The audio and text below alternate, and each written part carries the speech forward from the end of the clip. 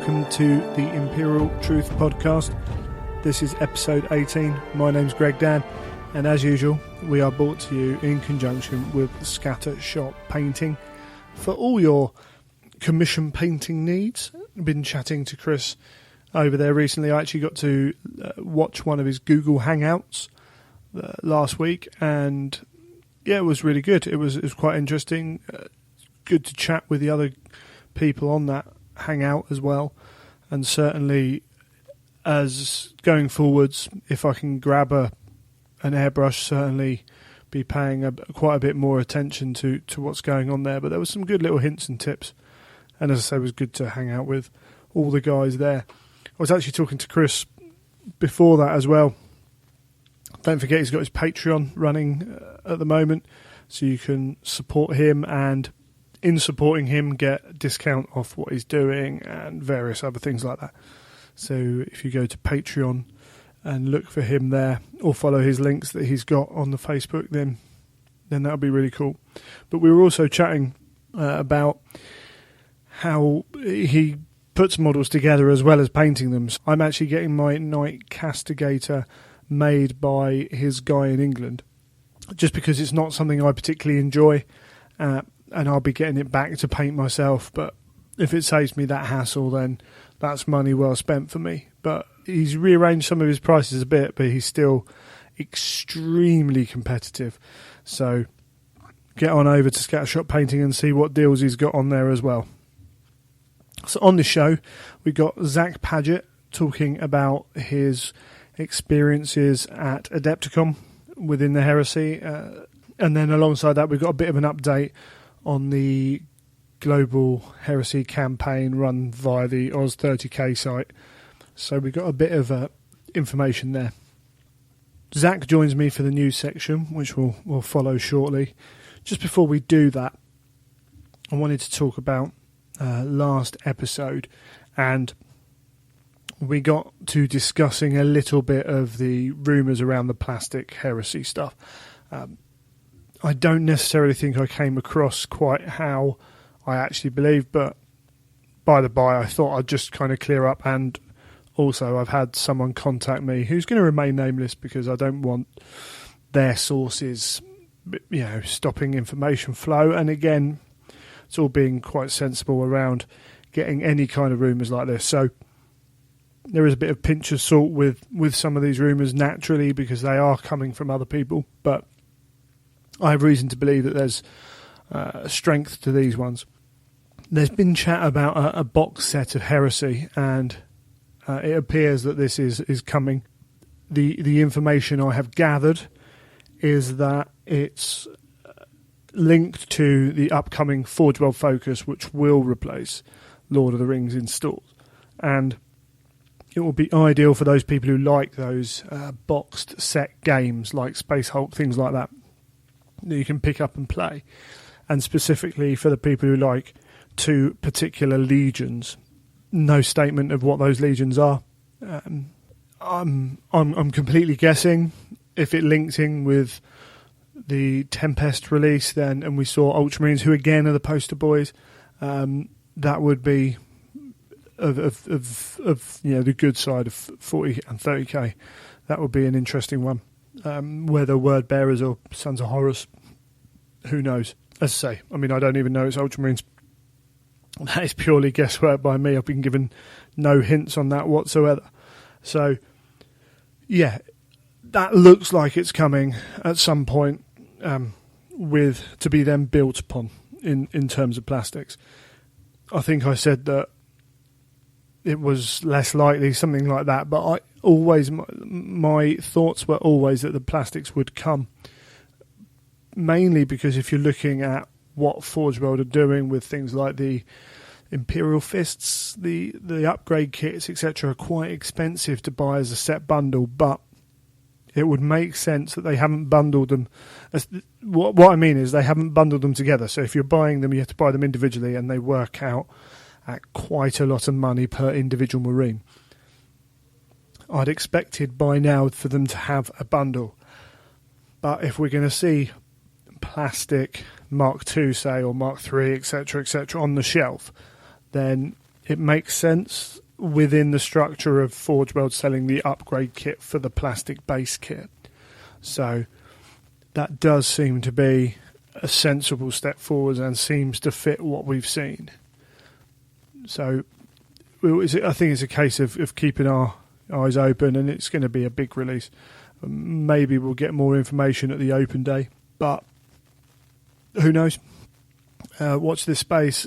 It's something I'm not going to get drawn into a lot of the conversations about whether it should happen or Forge World versus GW or anything like that, but because I don't think that's particularly where I want to go with this. It's more about getting information that not facts, because we're not dealing in facts, we're dealing in rumours, but kind of strong rumours, and certainly not those opinions.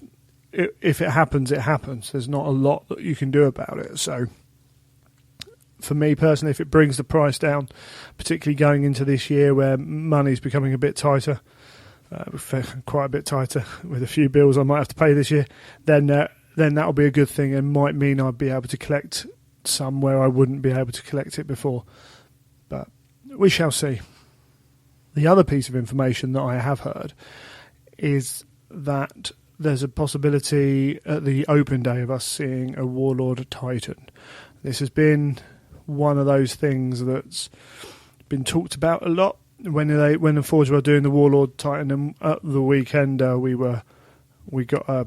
Tony was either teasing the audience or maybe just seeing a reaction to what would then be the reaction, who knows, of, do you want to see a Warlord Titan? If it's on show at the Warhammer World, that'll be amazing at the open day. The price, heaven knows what the price would be. I'm sure people will buy them, but I'm not too sure I'm going to see too many on the gaming tables around my club. But hey, it's that kind of thing. It's one of those pieces that people will buy and have a Warlord Titan, and I can't blame them really for that. If you've got the money to do it and you've got the ability to make it look good, etc., then go for it. That's what I say. And I think that's it. So we'll go straight into the news with Zac, and then after that we'll carry on with Zac for his bit, and right at the end, the Oz 30k updates and the global campaign and everything to do with that, which I found quite an interesting little chat as well. Just before I go, I'm away for a little bit between here and the next episode, but hopefully the event pack will be up and available and tickets on sale before the end of April. Hopefully somewhere between the middle and the end of April, but that all depends on what's going on. I say I'm quite busy over the next period of time, and I'm relying on other people who are doing favours for me. So these things sometimes take that little bit longer. But keep an eye out. I'll be tweeting it, I'll be Facebooking it anyway, and it'll be up on the 30k forums and all the places I can think of to put it anyway. So yeah, excellent. Enjoy the interviews, and we'll be back after this music.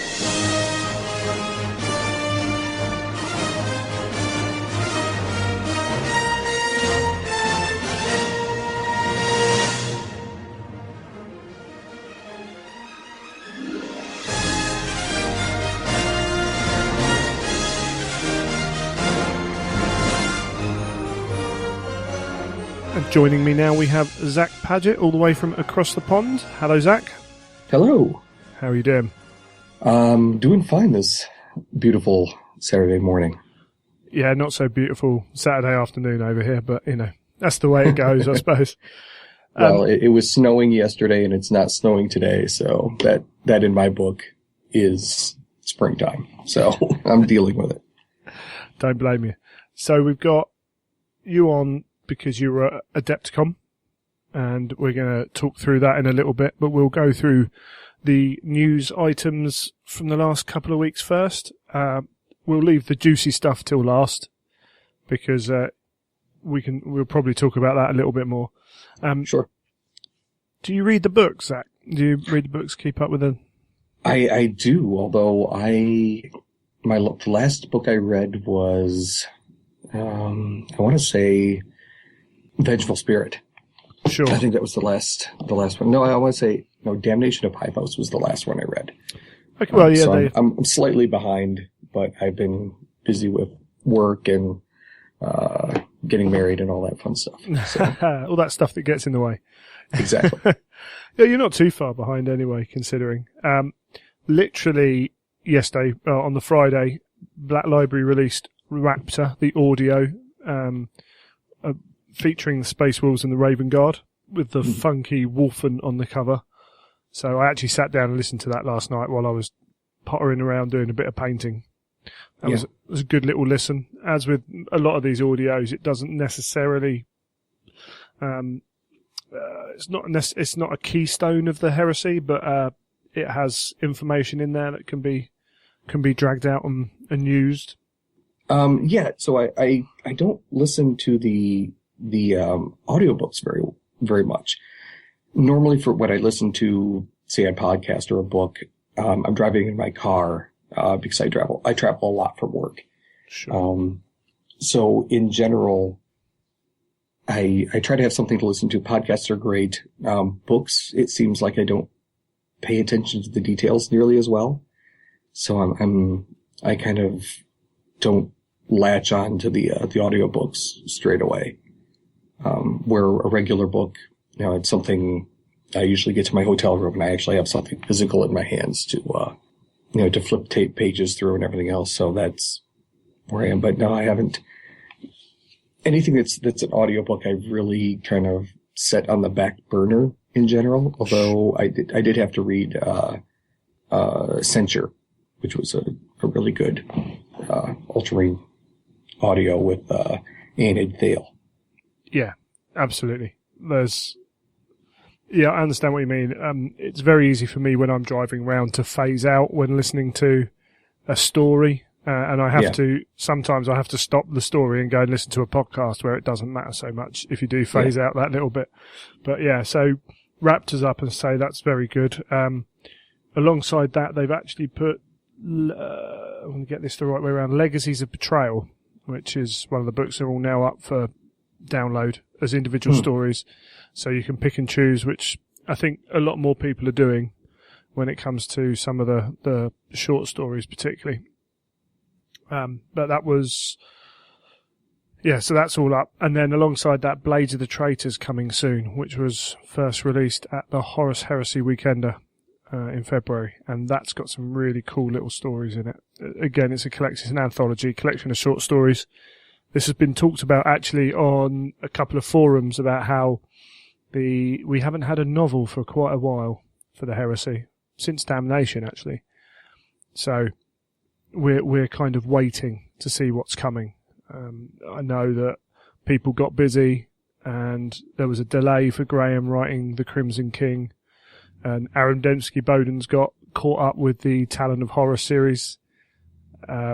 Partly, I think, I don't know the exact reasons, but I think partly due to the fact that it sold like no one's business and he's really into it. So they've kind of pushed him on it. I have a friend that he also bought the limited edition of the Talon of Horus, and he said it's really great, but now that pushes Master of Mankind, wasn't that that's the one, the book that he was working on, that Aaron was working on? Yeah.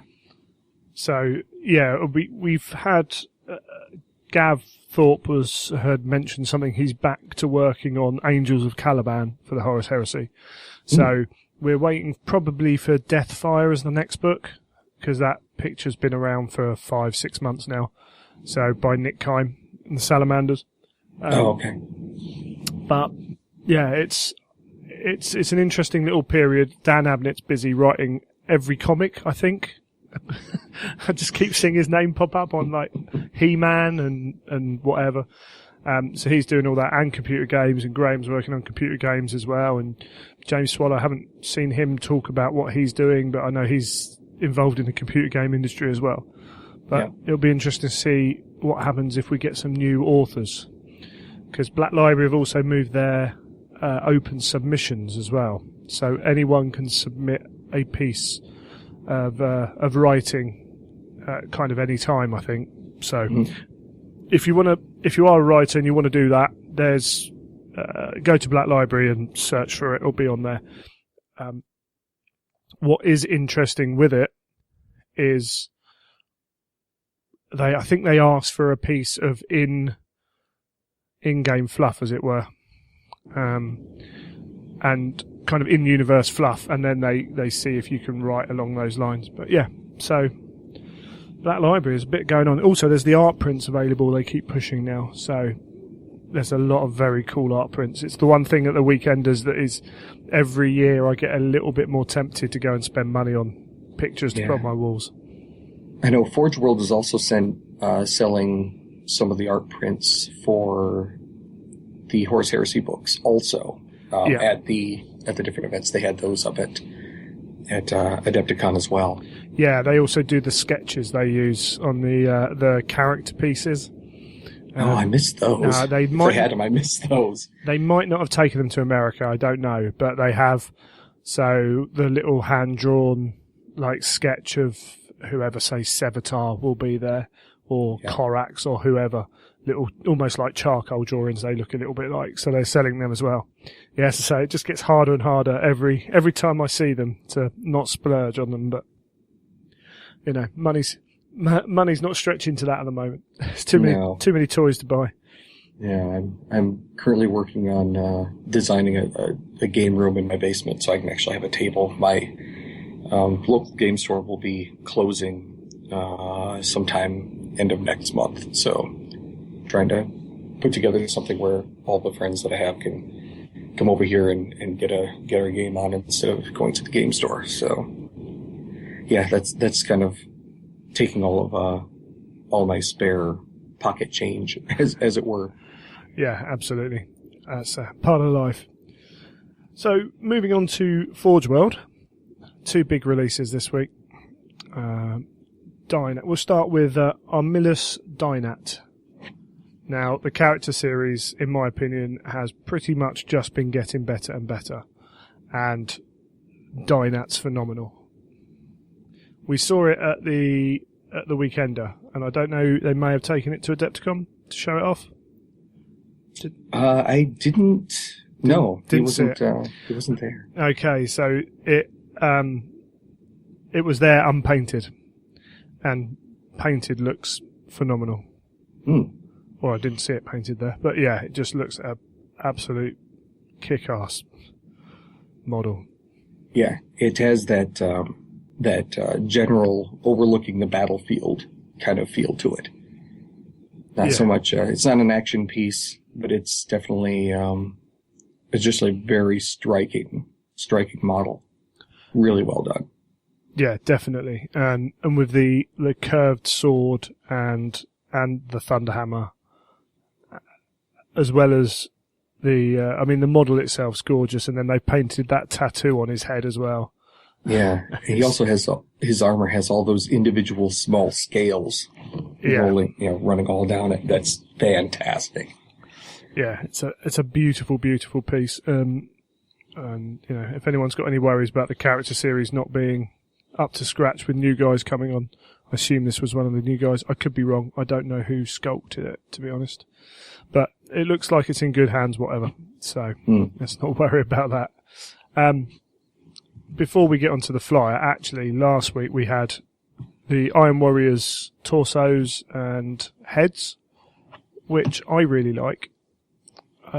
Did you see, what do you think of that symbol on the Iron Warriors chests? You see, I liked it. I didn't think Iron Warriors necessarily have to go with a skull death's head all the time, or must have the yellow and black chevrons. I thought having a different symbol was good. It gives, I don't know, I just thought it gave the army themselves a little more individuality, or a little more character. Yeah, I really like it as well. I've seen a lot of people not liking it. I think that's them saying this shouldn't be like that. My views on that are there's lots of opportunity for individualism in the legions.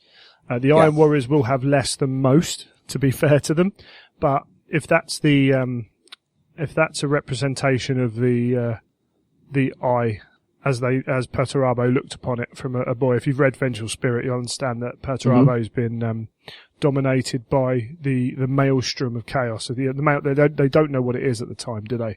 So whatever that obscure eye thing is in space, then if that's a representation of that, then I'm fine with that. I think it's really cool. Oh yeah, definitely. And we've seen the first of the Ultramarine stuff, so we got lots of Ultramarine shoulder pads, which are pretty much what you'd expect. Yeah, I as an Ultramarine player, I really like them. However, I had not a month before bought two sheets of the Ultramarines decals, so I don't have any use for those shoulder pads at the moment. Yeah, but as you go forwards, yep, they're there now, which might mean we get a bit more Ultramarines coming out just before the book, which would be good. And last week also we got the Skylax Covenant. Guardian Automata Covenant. I keep hearing that pronounced Automata. That must be a regional thing, because I've heard one or two people, but they both seem to be from like one specific area of the country. That's at least what I heard when I was at Adepticon. Someone was talking about it. I get funny with some of my pronunciation, and it's quite interesting because now I've corrected that. I'm going to mispronounce a load of stuff through this podcast. That's fine. We'll get onto a little bit more of that in a minute as well. So I seem to call everything Mechanicum Castellax regardless of what it is. It's like, oh yeah, it's a Castellax right now. No, it's not. Yeah, so the Covenant are out with rules as well. Some interesting things around their rad effects and stuff. Whether they're your thing or not, I think they do polarize people both in the rules and the models, but they're quite cool. It's more toys to play with. Yeah. And then sorry, carry on. Oh, I was just going to say there were a good number of people that actually play Mechanicum there at Adepticon that were definitely talking about picking some of those up in all the different myriad ways they'd already envisioned them working out in their armies. Yeah, I think they might just like bending resin. All those long appendages are all come straight, so you have to kind of bend them into shape, which can be fun and can be one of the most frustrating things you can do in the hobby. But yeah, they're looking cool.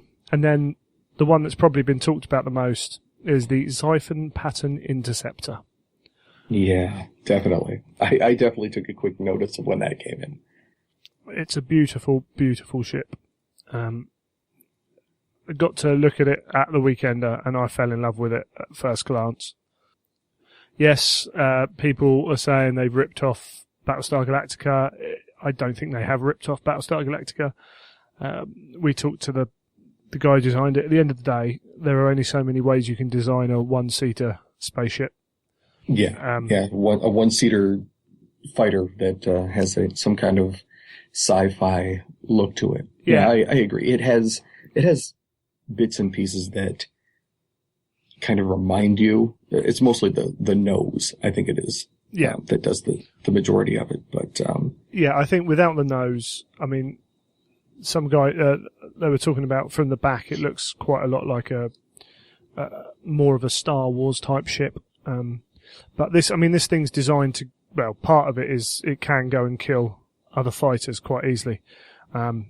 So a snub-nosed fighter, if you will. And so there's the rules for it a lot as well. In addition to being a great-looking model, and I guess I would agree, it does kind of have a feel between a Battlestar Galactica Viper and a Star Wars Z-95 headhunter ship. But the rules for it are just fantastic. If you have issues with other flyers on the board, that thing is that's your key right there. Yeah, the rules are up. They're experimental rules, so these might not be the ones that make it into the book.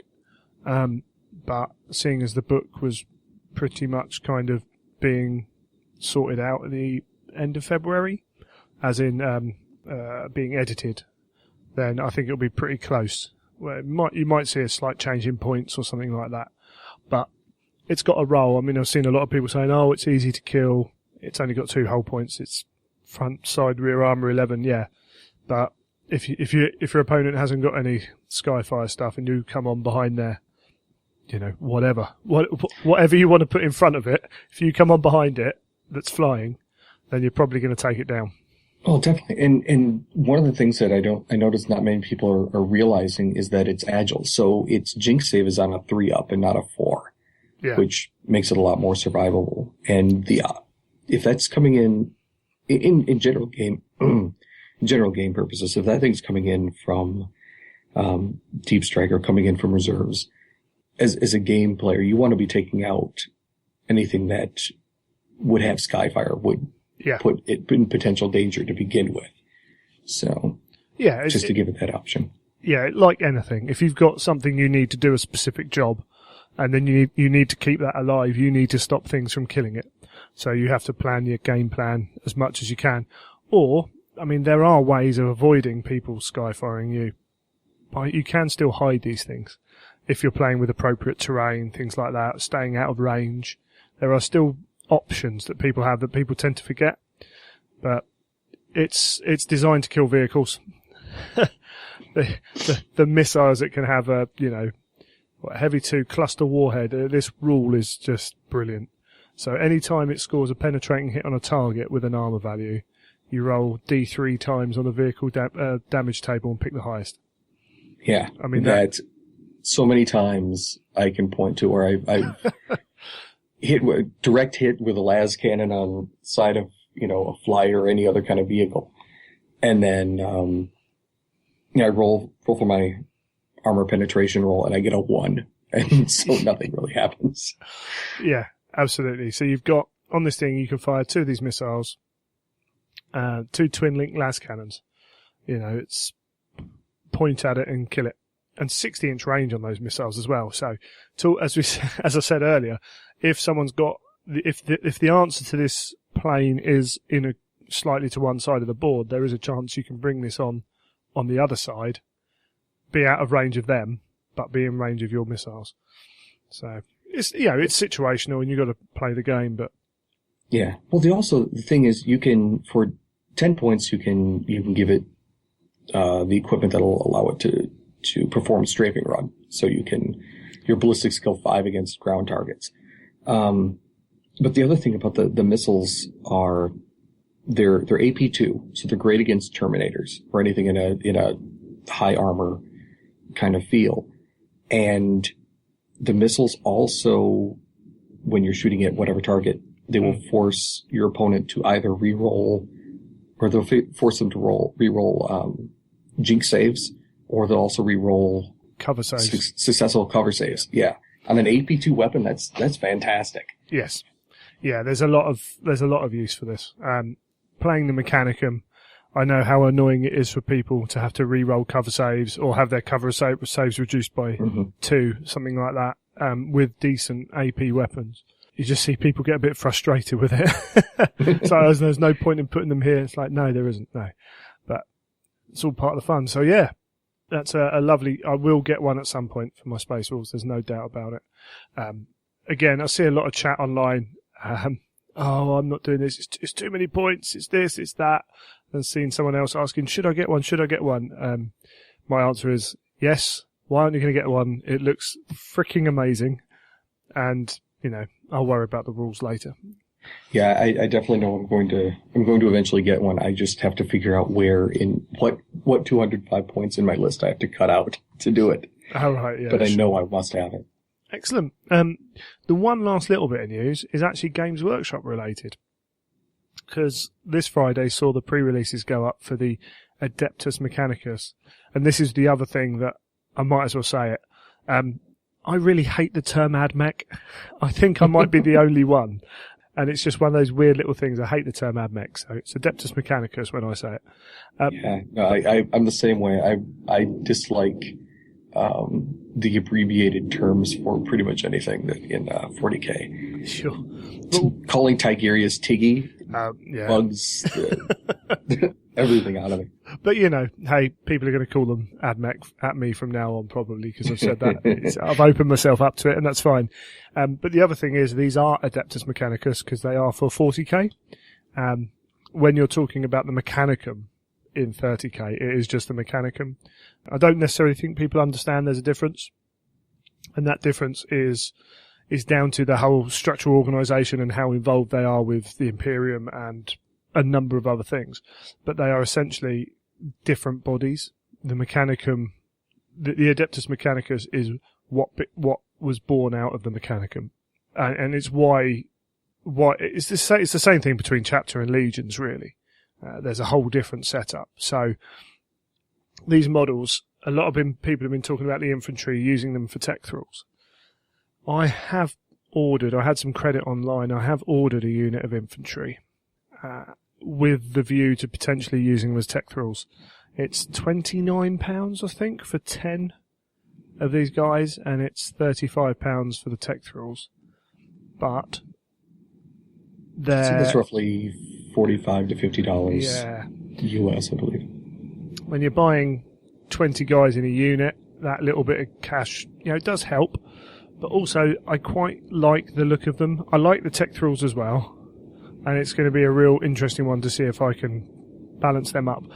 The other thing is you can buy these guys from a third party and get an extra 15-20% off. Which, if you're going to go to whoever it is and online and you can get 20% off of them, then effectively they're £26 something, whatever. £25-ish, depending on where you're going. You're going to be saving £10 per pack. But it's an interesting call. I say, until the models come in, I'm not 100% sure if I'm going to use them or not. But then they could always potentially be used as other things. And we've got the Iron Striders as well, that I've already had someone's telling me they're thinking about making an Abeyant out of the big walkie legs. And mounting their Magus Dominus on that, which is a cool idea. So I will also, when he gets the model, I will ask him how it worked for him and see what can be done there, because that seems like a really cool idea for me. Yeah, I definitely want to see what the sprue setup looks like, to see what parts are there, because they look great in the actual pictures, as far as Mechanicum having no real, not seeing anything in common with any of the other 40k armies out there. It looks different, in much in the same way the Mechanicum looks different in the Horus Heresy. Yeah, I mean, if you do want to have a quick look over the sprue, if you go onto Games Workshop site, I don't know if a lot of people are kind of aware of all the extra photos you can look at. So you have the 360 views of the models as they're finished, or the zoom up views they break them down to 5s. They also provide each of the sprues, and there's 3 sprues. I'm looking at the Skitarii Rangers. There's 3 sprue pictures, so there's 3 sprues in this, and it gives you a little magnifying glass. And if you click on the sprue, it provides a circle and allows you to look magnified, and you can then look around the sprue, so you can get a half decent. And it's not as good as having the sprue in your hand, but you can get a half decent view of the pieces that are on that sprue. So if you are a little bit unsure and you want a little bit of a look, that might help you out. It might not, but yeah. No, that's fantastic. I didn't know that they had that the pictures of the individual sprues were online yet. Yeah, so they tend to do this with all their plastic sets. Is they put the Friday night, the pre-orders go up about 7:30 GMT,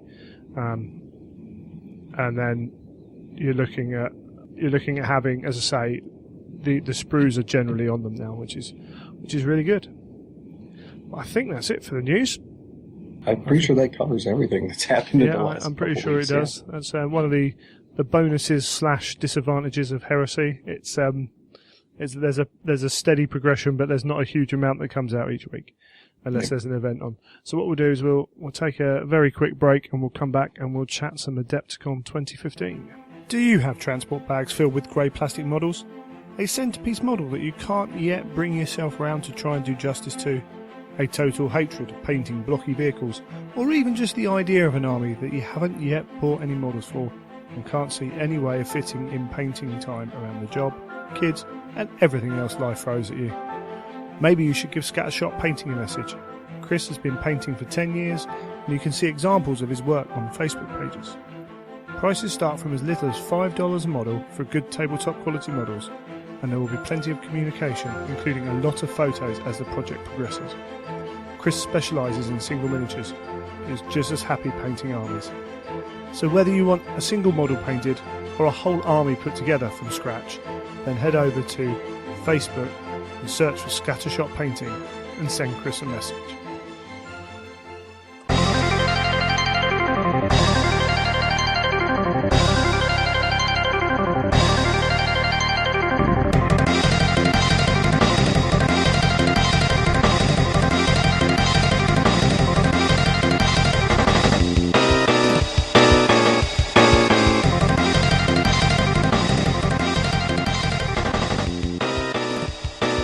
Adepticon 2015 then. Unfortunately, I was sitting at home watching Facebook statuses, Twitter messages and pictures come in and feeling pretty damn jealous that I couldn't be there. But you got to attend. Yeah, this is my third Adepticon, my third straight Adepticon. I started coming when just after Betrayal came out.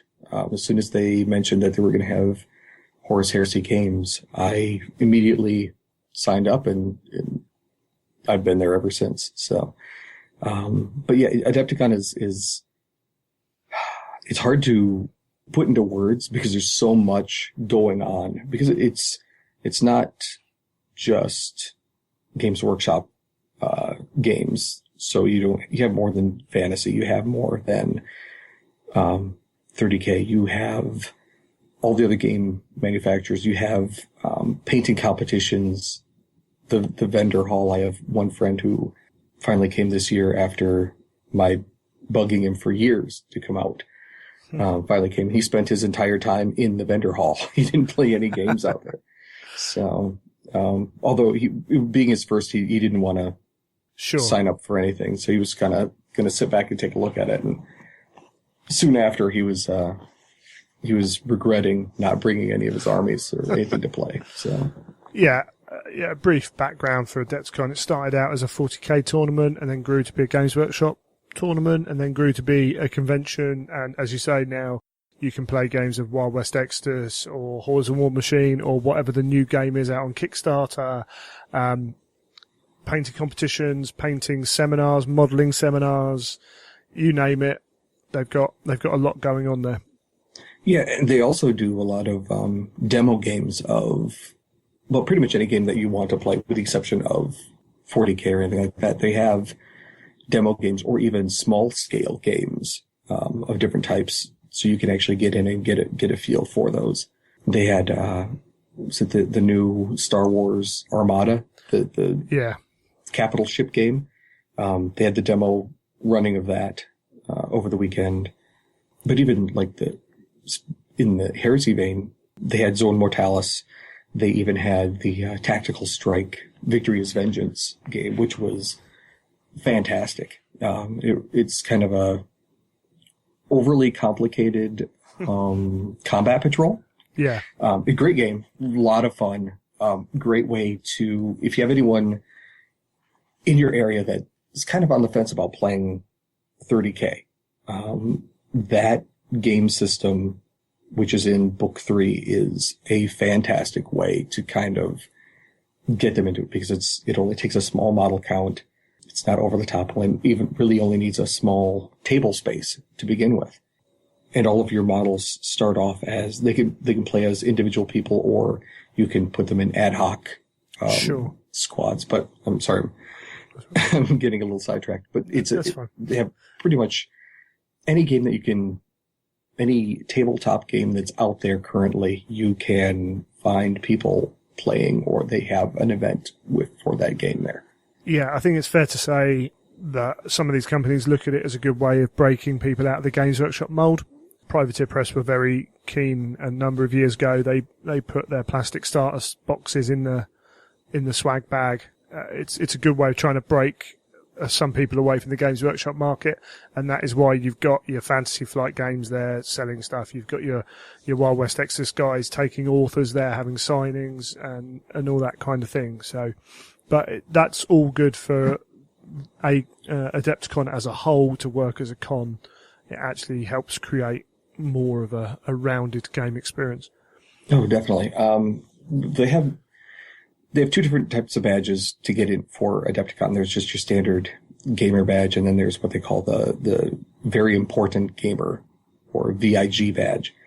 The VIG badge gives you a full swag bag of a lot of things that the standard badge doesn't get you. But, for example, in mine, I had both a starter Hordes set, Scorn. Yep. But I also ended up with a starter Drop Zone Commander set, which was fantastic.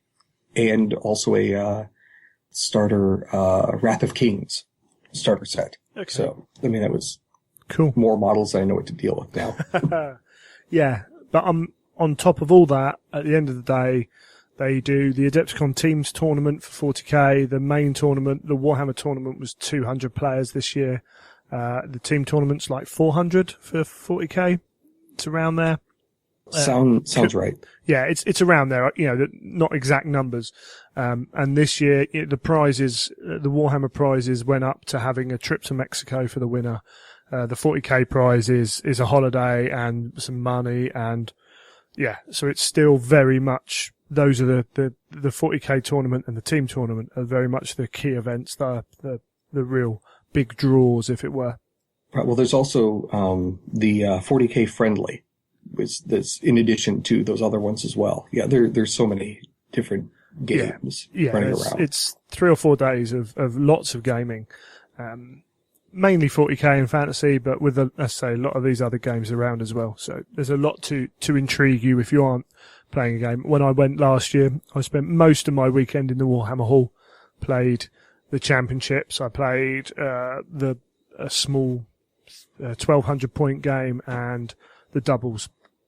So, you know, I kept myself busy with fantasy a lot of the time, but there's still a lot of opportunity to go out and look around the other game systems, look at new models and the Crystal Brush Award painting. Oh, yeah, that's always fun to look at. I mean, that's probably another big thing. The Crystal Brush, for those who don't know, is run by Cool Mini or Not, and it's a painting competition with a first prize of $10,000. And people come from all over the world. They win qualifiers to come over and things like that as well. And you generally get some of the best painters in the world. And judged by Jen Haley still, I think, who's... yeah. And she's won just about everything you could ever wish to win in painting. And fantastic stuff. A lot of people will know some of her dioramas, the Killer Can versus the... Was it Seraphim? The Sisters of Battle chick with the 2 flamers, something like that. So yeah, if you've seen that in a Golden Demon, that was her, and she's won Golden Demons and things. So yeah, that's Adepticon in like 5 minutes. It doesn't really kind of convey what it is. It doesn't even scratch the surface. But a lot of drinking as well. A lot of drinking, a lot of food, I found. So yeah, and Adepticon's in a different location this year. Because it's grown so much over the last several years that they finally had to go into a larger convention center, convention hall. So it's in a much even larger area than it was at the Westin in Lombard. So how was the new venue?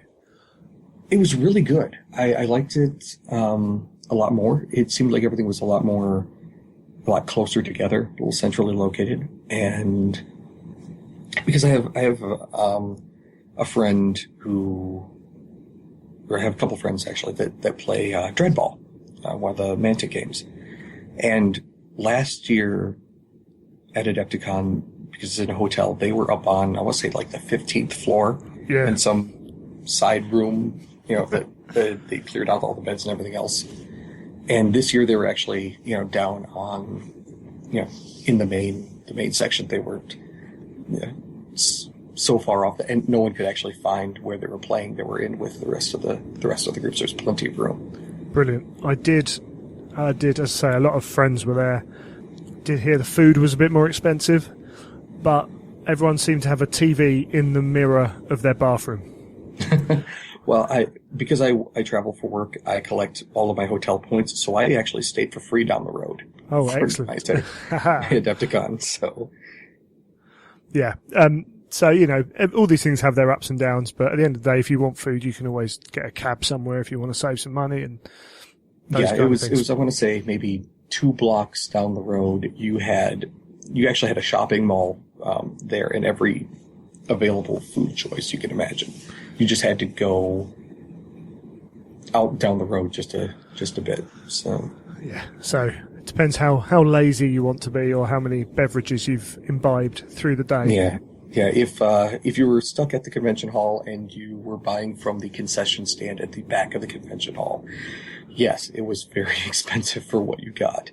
If you had the time to run out and do something and get somewhere, you had plenty of options. Yeah, that's standard fare for any kind of place where they feel like they've got you trapped. The prices all go up. That's nature of the beast, and these guys are out to make money. And it's the American dream.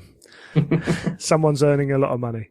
Excellent. So, in regards to the Heresy, you've talked about a few of the tournaments there. Did you get to play in much of it? I played in, with the exception of Zone Mortalis, which I've yet to actually play a game of Zone Mortalis at all, period. I actually got to play in everything. So I played in the narrative, which was held on Thursday. It was 2 games. You were paired up with one other player for it. Then there was the actual tournament where you came in with 1,850 points of whatever army force that you chose. And then there was also, that was held on Friday. Saturday morning was Zone Mortalis, and Saturday afternoon evening, was the Tactical Strike game that I was talking about before. So yeah, I got to play in everything, and probably had I actually gotten up and decided not that I didn't want to see the rest of the convention, I could have just went and gotten into Zone Mortalis, because I guess they had 2 ringers playing. Sure. In order to make it fair. But the narrative event was fantastic, and probably hands down the most fun games I've ever played. It was relaxed. It was a lot of joking back and forth. It was a lot of crazy dice rolls, but it was a fantastic event. My first game, I was placed on the Loyalist side, being Ultramarines. They split everyone up between Loyalist and Traitor. If you had any armies that was kind of on the edge, you got to choose which side you wanted to be on. But it actually broke up perfectly. There were 9 people per team. Right. Okay. Before you move on, if I was playing, say, 1,000 Suns who hadn't turned, was that okay for people to say these are Loyalists, or was it just pre-decided on Legion? Do you know? Because I've seen that various things, and some places I've seen pretty much you're playing Loyalists or you're playing Legion based on the straight 9 Legion split. Oh no, you were able. They actually asked you before. I mean, they kind of. If you were playing, say, World Eaters with Angron, they would assume you've turned Traitor, but they would actually ask you, which side you were going to be on, and as long as it broke up evenly. I think there was one of the games, because they did it the same way in all the other events. So you would have both Loyalist and Traitor Emperor's Children, for example. There seemed to be a lot of Emperor's Children there over the weekend. So they actually gave you the option, and then if the balance between Traitor and Loyalist were off, they would just make an announcement of saying, "Hey, we need someone to come over to this side or the other." Okay. And then they would just take volunteers out from there. That's cool, because I've just seen at previous events that some people get a little bit caught up on that thing, but it's good to see they were flexible. They were in the spirit of it, I suppose. So cool. Oh, the narrative. Yeah. So you were teamed up with someone? My first game, well, they put us up into 2 different teams. One being Loyalist and Traitor, and then one person was nominated per team to be essentially their Lord Commander, or in the case of the Traitors, their War Master. And then they would kind of look at it and say, okay, what teams will blend together well. And then you could look at the tables and see had specific objectives. And on those objectives, each one had a card. And the cards that they had, if you had that objective at the end of the game, you could pick that card up and you could use that card for your side on game 2. Okay. So depending on what you got, you could get extra, say, orbital bombardments. Sure. But you'd always have, because you had 9 and you're playing with one other person, there was always going to be one person that was going to end up playing by himself on a different table, which was they put some Zone Mortalis bits and pieces together. So it was supposed to represent battle on a space station or on a warship above the planet. And whoever won that would be able to rain down, I want to say, 3 orbital bombardments, and you could split it up between tables as necessary. Excellent. So yeah, my first teammate was a gentleman not unknown to the podcasting world, as Jason Mullins. Never heard of him. He had me take a special picture of himself and send it to himself to send to you. So I'm assuming you got a picture of him giving a thumbs up in front of a table. Well, I think I might have seen it. I'll have to sort that out with him specifically. Yeah, that was at our first table. He had his route or his Space Wolves, and we played another 2 people, Keith and CJ, and I've played CJ every Adepticon so far. Great guy, fantastic player, and but we were playing. So Jason and I were playing his Space Wolves, my Ultramarines against CJ and Keith's Word Bearers and World Eaters.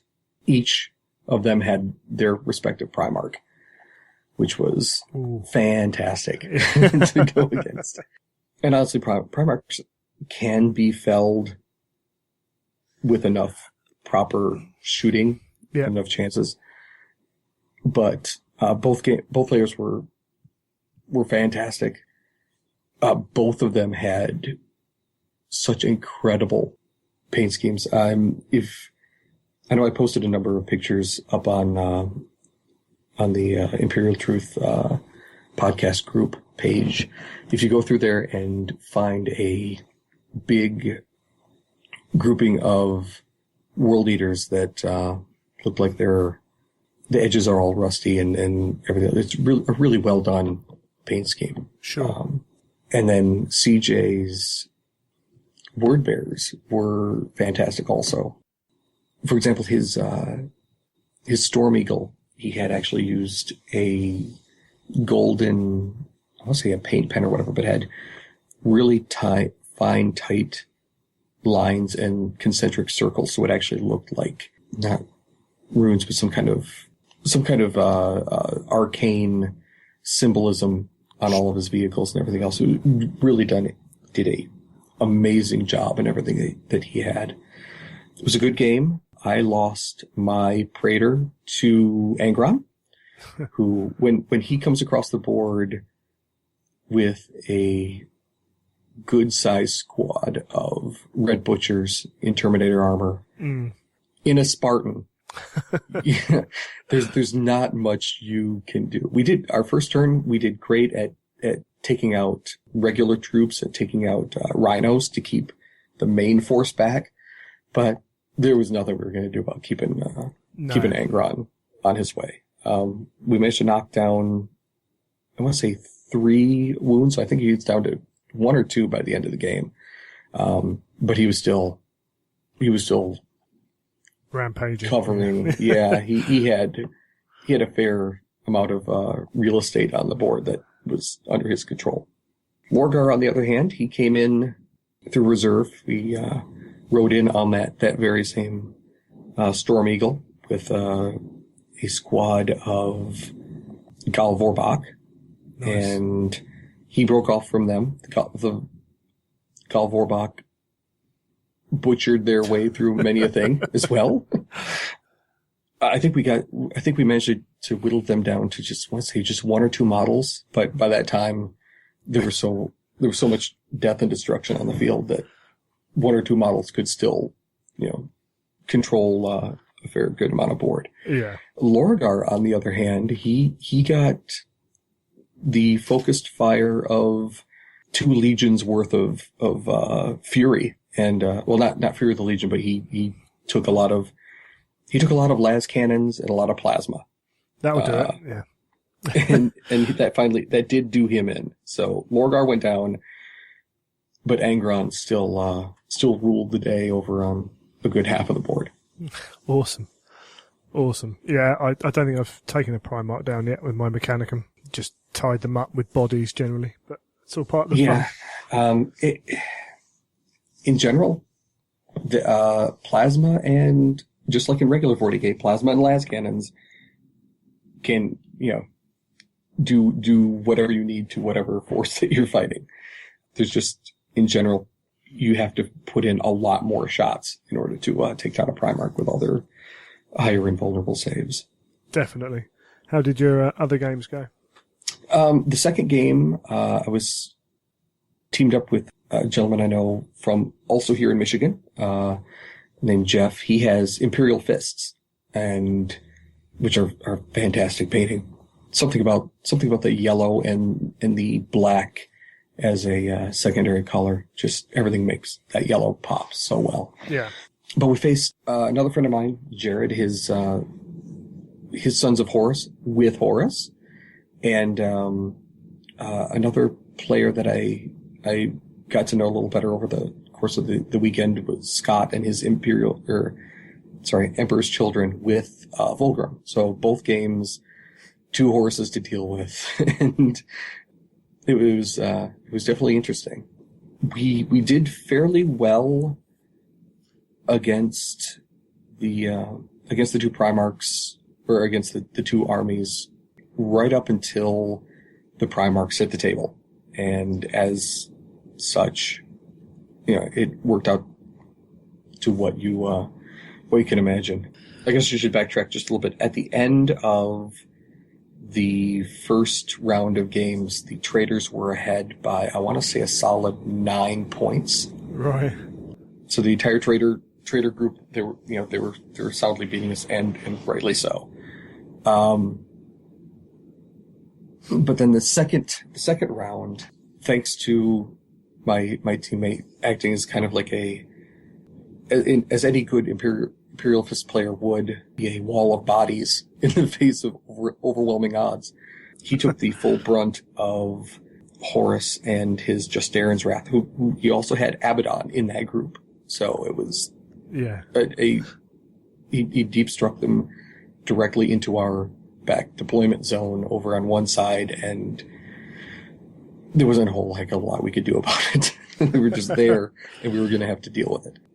Luckily, through some amazing shooting by both from Jeff's Imperial Fists and enough las cannons and, as I said, plasma, I managed to get a 5-man squad, a 5-man support squad of plasma within rapid fire range, and a 3-man plasma bike squadron, the Outrider squadron, near Horus and his group, and we took out all the Justarin and Abaddon, and finally took Horus down as well, which was a huge feat, and I was ready to hang up my hat, like, okay, I there's my crowning achievement, I'm all right. Fulgrim, on the other hand, he also managed to deep strike right kind of on the opposite side of the board, but a little slightly more centered. But he came with him a 10-man plasma squad as well. So that was frightening to have that much plasma and a accompanying Primarch right there.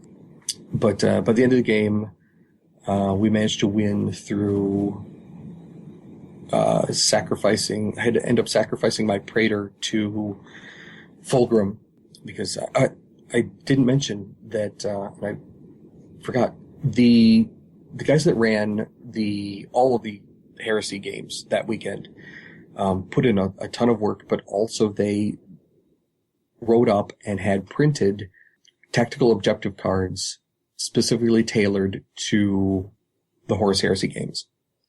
Okay. So, part of having a War Master was they actually gave out the deck of cards to each War Master, and they had to draw a number of cards, and then those cards they had to split amongst the different tables to accomplish those objectives. That's how, end of the game. That's how they sorted out points as far as winning and losing. Sure. But the end of the game, what saved us is we had one card that, in order to finish out winning the game, because we were tied at that point, we had to issue a challenge. And so that's why the only person I had on that side of the board, and the only HQ, or they didn't have any HQs, the only person that was left to challenge was Fulgrim. So that's why I ran up my Praetor, challenged, promptly lost my Praetor, however, got enough points from the challenge to win the game. So awesome. But no, it was fantastic though, and the cards were done really well.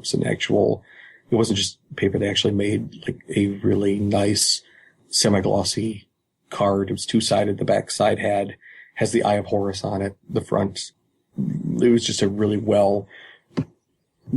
professionally done card set for us to work with. It was fantastic. A lot of fun. That's cool.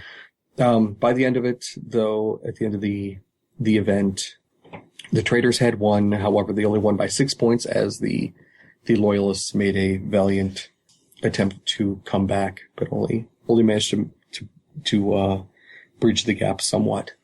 But yeah, I from everyone I talked to from we all discussed that was probably the game of the weekend to play in, and some people, that was going to be their only Heresy game for the weekend, and they said that they were ecstatic that out of all the tournaments and everything else, they got into that, which was so different and so much fun. So how many players were there for that one? 18 total, 9 per side. So 18 players. Okay, awesome. Is that pack still up anywhere to be able to look at, do you know? It's, last I knew, it should still be on the Adepticon. On the Adepticon forum thread on Heresy 30K, yeah. Okay, so what we might do is link to that if anyone wants to have a go, and maybe grab that for myself, actually. Yeah, it's really well done, and all of the cards, or the vast majority of the cards, when you look at them, it'll say if you do not have the units required to make this card, immediately draw a new one. So you're not stuck with a handful of cards that you cannot deal with. Yeah, that's cool. Excellent. Okay, looking at the other things, you didn't do the Zone Mortalis. I did not do the Zone Mortalis, no. Although they did have spare spots from people who didn't initially show up. Which, as a general Adepticon thing, if you do not get registered into a game and you really want to play it, go up to the tables beforehand, because quite often with so many events going on, and the copious amount of drinking going on the night before, quite often there'll be people that just do not show up, and they need, as opposed to having a ringer, they would much rather have an actual player playing in their game. Yeah, it's one of those things. Again, yeah, you say the drinking, everything else. Sometimes people just want a break, that they didn't realise that they were going to be playing quite so long, and they actually want a morning off or an afternoon off that they didn't think they would want.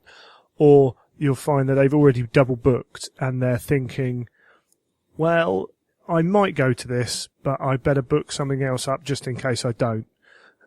So, yeah, as you say, and with the size of some of the bigger events as well, then there's lots of people, naturally you'll get some people missing out for whatever reason anyway. So. Yeah. Well, the same thing. I know some people that, the team games was going on at the same time, but quite often you'll have someone at the last minute that's part of those team games are not able to make it. So then those teams have to find someone to fill a spot in order to continue on. And usually it's the people on the smaller outlier games that that usually do that and fill those in unless they're really set to play their game. They want to help out their friends, or they're like, yeah, it's a big, a big team event, and then they, run off to go do that, and then suddenly you have open spaces over at a lot of the other tournaments. Yeah, absolutely. Okay, so the main tournament, was that more of a standard setup for a tournament? Yeah, it's your standard tournament. You get a primer of the various missions that you're going to be playing in. It's 1850 list. You don't get allies. There are no Lords of War, so you don't have to worry about Primarchs or Titans or Knights or anything along those lines waltzing in. And each table, they also they had a pack of those same tactical objective cards. Sure. So each of you had those, and the accompanying rules of how many cards you need to have in hand, when to draw them, all those things. So what they did is they once again split everyone into two tiers.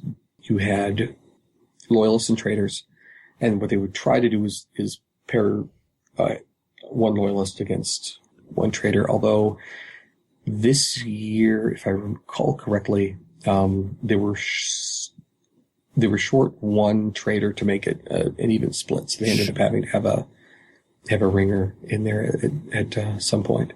Okay. All right, that's cool. Overall, how did you do in that? I lost my first game horribly. Once again, playing the one gentleman, CJ. Sure. Although he set his word bearers to the side and he played Mechanicum, which he played Mechanicum last year when I played him also. Yeah, he completely ripped through me. I was tabled, and even if I wasn't tabled, he had enough objective points to table me as well. I want to say which was really disheartening, because at the end of the second turn, I want to say I was up seven objective points to his 2. And then turn 3, everything just fell apart for me. So, ended up losing, my 10 to his 19. Right. Yeah. And then his tabling me just bumped it up to him winning 20-0. So, but it was a fantastic game. His Mechanicum play so differently, because there's a lot of smaller units, high toughness, high strength units. And then, he took me out quite easily. And CJ actually won Best Trader for the weekend. So he's a good player. His force has a lot of scratch built, or sometimes even semi-proxied. Like he'll find models for other game systems, convert them, and then he can use them for models that have not been released yet. That's for awesome. For Mechanicum. So yeah, my first game went down like that. My second game, I fought against Scott from the my second narrative game, his Emperor's Children. Played against them. I did considerably better this time. Got him down to where he only had his Spartan left on the table. Had 2 hull points knocked off of it, so because I couldn't table him, it went to the objective cards, where I won just enough to get a minor victory, but victory is a victory, and I'll take it. Yeah, too right, yeah. It was a great game. Came down to there towards the end. I once again managed to sneak up a 5-man Melta squad, jump them out. I was right looking at the side hull of his Spartan, fired all 5 shots, all 5 hits, and that's when he reminded me that he has armored ceramite on Spartan. So that was That was like the most excited feeling, followed by the most disheartened feeling immediately after. Great game, great player, really nice guy. But yeah, no, I got a minor victory on that. And then my third game, I played someone new, which was nice. His name's Jay. He's from Texas. He has Alpha Legion, and he has some of the most fantastically painted Alpha Legion. They have, if you're going through the pictures, you should see one. They have like a very glossy blue green Alpha Legion force. He had 6 bikes. His Praetor was on a bike, or 6 jet bikes, which included his Praetor, and also he had a fire rep. It was a great game. I managed to get a minor victory out of that one as well, and that just was due to some fantastic luck. On my first turn, I wheeled out in my Rhino, my 5-man plasma squad. I jumped out. I was within rapid fire range to his jet bike squad. Proceeded to hit 9 times, wounded 9 times, and he failed 9 jinx saves. Respect. Yeah. I felt bad, and we made jokes about it, and I've talked to him briefly in the forums, in that Adepticon thread where he made mention of it, and it was funny, but it was that was just crazy. There's no to take out his entire leadership and probably his most expensive squad that he had on the field in that way. It was just very fortunate for me, and probably the only thing that saved me in order to get that. So, sure. But it was a great game, and at the end, I had 2 wins and one horribly devastating loss, and that was it. But it was once again, fantastic tournament, as it usually is every year. Yeah. How many people were involved in that one? There were 14 loyalists and 13 traitors Cool. in that particular one. So yeah, also have one ringer on the traitor side. So still 28 people. Yeah. Which, considering the first year, we only had 10. The second year, I want to say we had maybe 20-ish. I'm not sure how many people we had the second year because of the team aspect of it. Sure. I'm not positive how many people we had, but yeah, no, we had 28 people for the tournament this year. It was good. It was there were a lot of salamanders. I want to say there were 5 or 6. I'm pretty sure it was 5 salamanders players, 3 or 4 Imperial Fists, and 2 Iron Hands. Okay. So, and plenty of Mechanicum players, but I think that was the big thing. A lot of the all of the Salamanders players promptly ran over to the Forge World booth. So each of them had a Forge World Salamanders T-shirt that they were selling at the booth. Yeah. So they all looked quite the team. So. Oh, bless them. Excellent. Okay, brilliant. So the other event you took part in was the Tactical Strike. So this is 400 points, you said, ish. You get 150 points to spend on between 1 and 3 leaders / characters. You'll want more than 1, but you can't have more than 3. And how this actually works out is you take that first 150 points and say you want your leader to be a sergeant for whatever squad it is, or tactical sergeant. You can, how you purchase your units, you purchase them individually. So all of the rule sets or the unit listings that say, in order, you start off with a squad of 10. To purchase any more of these for the squad, pay 10 points for each individual model or what have you. Yeah. And that 10 points per model, that's what you would use to purchase your forces. Okay. So you buy them individually. But then if you wanted a sergeant from that squad, you'd have to pay an additional 10 points on top of what that points amount was. Right. Which would allow you to give them power fists or other equipment than a general trooper would have access to. So for my force, I took one Legion champion and I took an apothecary that was my 150 points right there.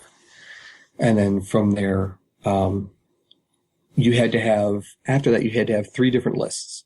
You had to have a 250 point list, which would be for your first game. That would, because this game set is designed to kind of capture the Shattered Legions feel of groups. So you buy all your unit or your individual troopers, and then on the fly during the game, you can set them up as individual units. So you can have, say, 5 2-man units, or you could have, say, 2 10-man or 2 5 to 10-man units, or however you want to organize it.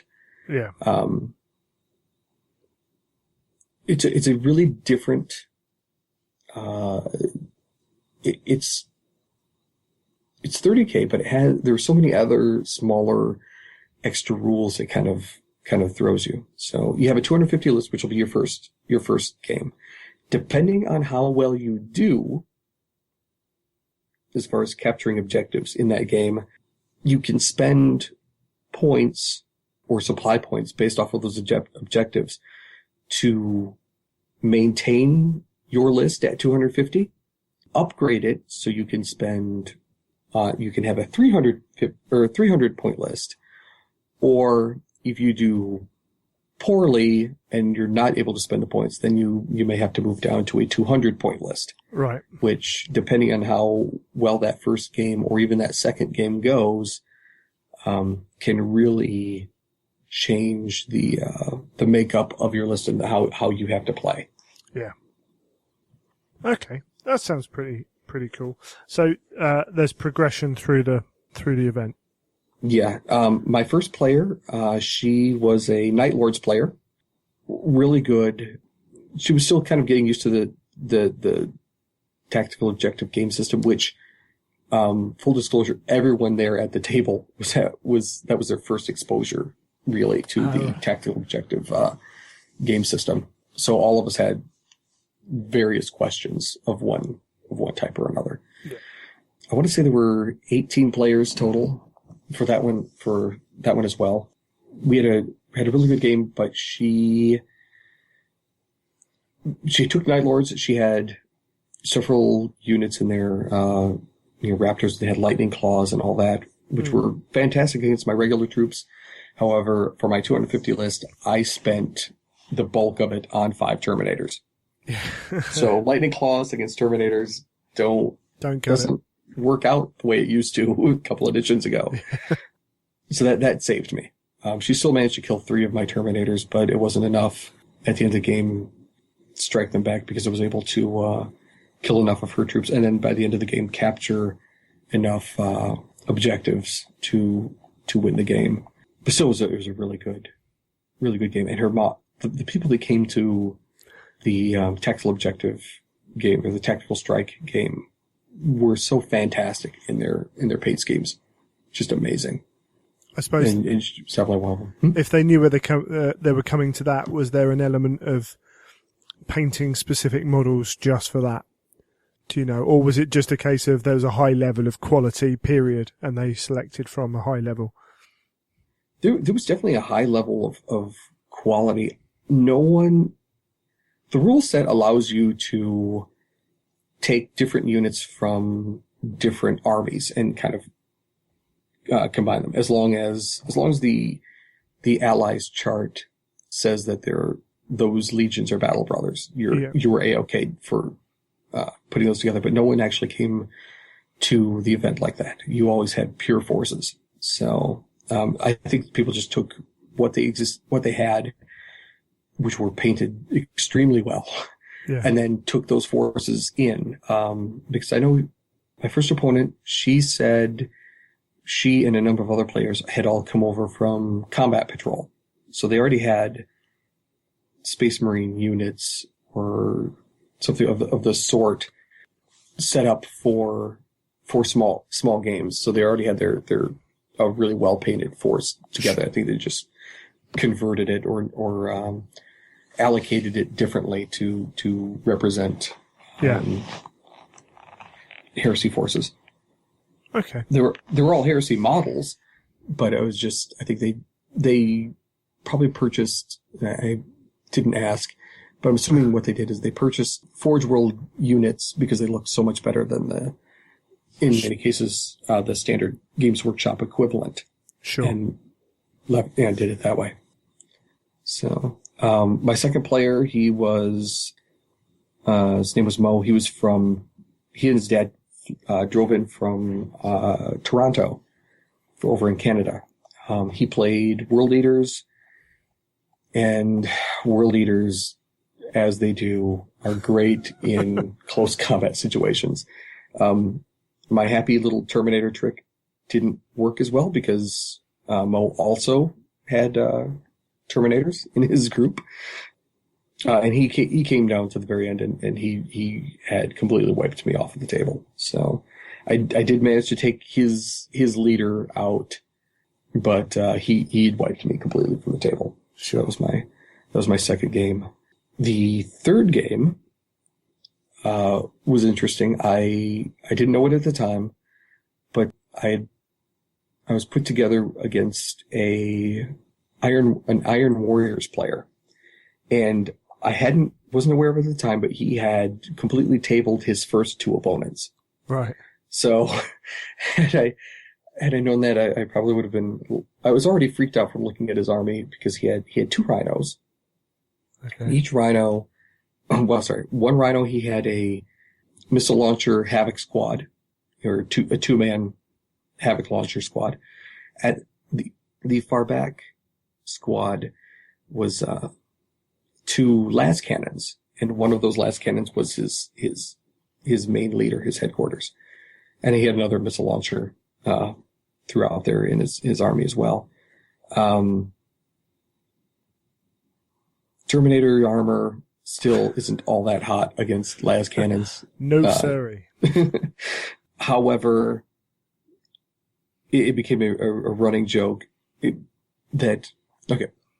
you're also able, your headquarters is also allowed to collect action points through various things of who they defeat and things that they do. So that allows them to purchase rerolls in different occasions for them or their army, depending on what it is. The Iron Warriors player, I've never seen someone roll so many ones. I don't know however else to put it. If it wasn't a 1 to hit, it was a 1 to wound or whatever. And when he finally would hit a Terminator, because I split my group into two squads. One squad had 3 Terminators at the front to take the majority of the hits because I knew that was going to be necessary. Sure. The other squad had 2 Terminators at the front, and I think he wasn't able to get rid of a Terminator until it actually got into close combat. It was just, he'd roll a 1 to hit or a 1 to wound, or on the really slim chance that he actually managed to get through a shot to me, I managed to roll my 5-up invulnerable save. It was comical that my force was able to just essentially walk right across the table and take out a vast majority of his forces. So yeah, and then after the game, cause I ended up winning the game, but after that, that's when he told me that he tabled his last 2 opponents, and the number of shots, the number of high power, low AP shots that he had should have done it. His dice, even with the rerolls, and everything else just couldn't do it. And then I just rolled fantastically for my invulnerable saves. Or it was really funny. He managed to take out one of my Terminators in one of the rounds of shooting with a missile launcher. I failed my save. I was ready to move it, and he's like, this way he reminded me that I had my apothecary in that squad, so I got my 5-up, feel no pain, and promptly made it and put the model back. It was comical. It was a hilarious game. It was a lot of fun. And that's the thing that, even with Adepticon being having a lot of tournaments in it, the group over there at the Heresy group, which we seem to, the vast majority, a good portion of us are show up year after year, so we see each other every year. It's a lot more relaxed and laid back. No one is tailoring their list to be some nasty thing like you'll read on the internet of 2-up rerollable saves for demons or this, that, and the other, and you don't find any of that over in the Heresy group. So it's a really nice, low key, just going to have fun kind of thing. Okay. But yeah, that always helps, and I think just the style of some of those events encourages that as well. It's very obvious that it's not a high end. Like, most of these aren't high end tournament games. They are, as you say, narrative event. This one was a bit crazy, so you're going to treat it more like that. Hope most people are going to accept it for what it is and play within the spirit of what it is. Yeah, well, even in the actual tournament, you still don't find anyone that goes all out like that. It's just we seem to. It's still more about the fun aspect of it, but but no, it's really good. Excellent stuff. Did they talk much about next year? Anything before that occurred? Well, they were going to take a lot of the different players' criticisms. They definitely said that they were going to make Tactical Strike a lot more simplified, because there were a lot of kind of not abstract, but there were a lot of rules that you're not accustomed to. So, for example, if your squad took a wound or in the course of shooting, they would have to automatically take a pinning test, which is different than standard. Sure. 40K. There were a lot of extra rules that you were trying to remember, like, oh wait, how does this work? How does that work? So they said they were going to kind of streamline that. They were very interested in knowing how the tactical objective cards worked. It's one of the things we were keeping track of, which tactical objectives we scored. So that way they can actually look at that for the next iteration of the cards to see if some were a little more overpowered or you were able to score easier than others. Because there were a lot of cards that said if you take, for example, if you take objective 1, it's 1 point. But if objective 1 is outside of your deployment zone, then it counts for, I want to say 2 or 3. I can't remember exactly. So there are other things that, if you can get it, that's this, or if you can't do it in this way, you can do these other, one of these other things for extra points. So. Okay. Yeah. Just refining that. Okay. Yeah. I mean, hopefully they're also hoping to, I'm sure, have, more availability, more space, allocated to their events. And, the terrain that they had set up, that they had brought for all their events, were well above, I think, pretty much what any of the other events had that weekend. They put a lot of effort, a lot of work into what they brought. Okay, that's really cool. That all helps tie it together. Yeah, I was going to ask about extra availability because I'll probably have talked about it in this episode. I'm looking at coming to Adepticon next year. Fingers crossed we can make that happen, depending on work and money and things. But being in England, I remember last year making sure I got into certain things. I was up at 2 o'clock in the morning, whatever it was, 1:30 in the morning when it went live, and then the nature of Adepticon and people trying to make sure they get into whichever event they're in. It took me an hour and 20 minutes before I finally secured my tickets for the Warhammer events I was doing. And with limited numbers, that is naturally going to be potentially an issue. Yeah. Well, I know initially for Zone Mortalis, I was on the waiting list. And because I was on the waiting list, I figured I'd pass it, let someone else, who showed up wanted to do it. And I'd run off and do something else, which I ended up sleeping in and going to check out like the vendor hall. Yeah. And making more Forge World purchases. But the initial narrative event, the one that was so good, I was also on the waiting list, and a couple people didn't show up, and there were a couple of us. I want to say Jason Mullins was also on the waiting list, and both of us got in, right. And we're teamed up on that first event. I could be wrong about that, but I'm fairly certain that's what he said. He was on the waiting list for it as well. Yeah, so I mean, we'll definitely be doing that. I won't be, if I do go, I won't be immersing myself completely in gaming all weekend. There'll be a lot of things I want to do, so it'll be a case of having a few afternoons gaming, something like that, and looking at probably mainly Heresy for that. But I mean, that's a long way off, and I can worry about that later. I'll be kind of around and available to jump in. I would want to play some Heresy out there.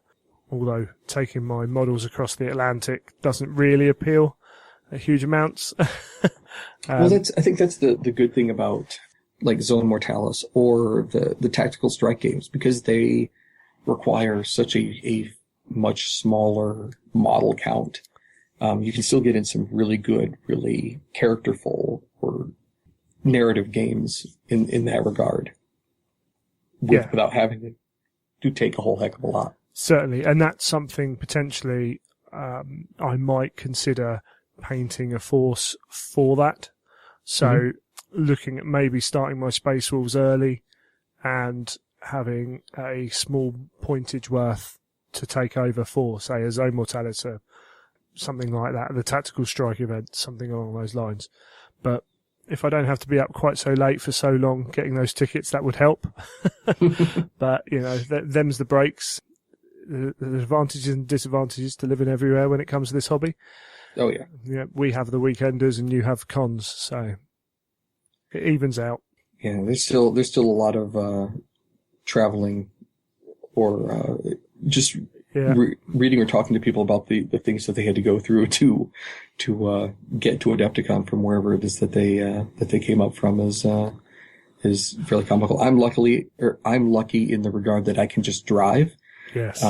Granted, I'm in the car for 4 hours in order to do so, whereas someone who flies in, they're stuck with taking a cab or having someone pick them up, so their options are a lot more limited in that regard. But yeah, and hopefully next year that's going to be a little bit later, more towards the April, and no snow. We actually got lucked out that there wasn't any snow. It didn't actually snow until, I want to say, Sunday. It started snowing. Until everyone wanted to go home. Everyone was heading to go home. Yeah. I was in my car driving home, and that's when I looked out, and my wife came with me, and we just noticed, like, oh, it's starting to snow. Yeah, we need to get out of here now. Yeah, absolutely. So, these things happen. It's all part of the fun. Mm-hmm. Yeah, anyway, definitely. Who's ever worried about the delay going home? It just means you turn up to work late. It's fine.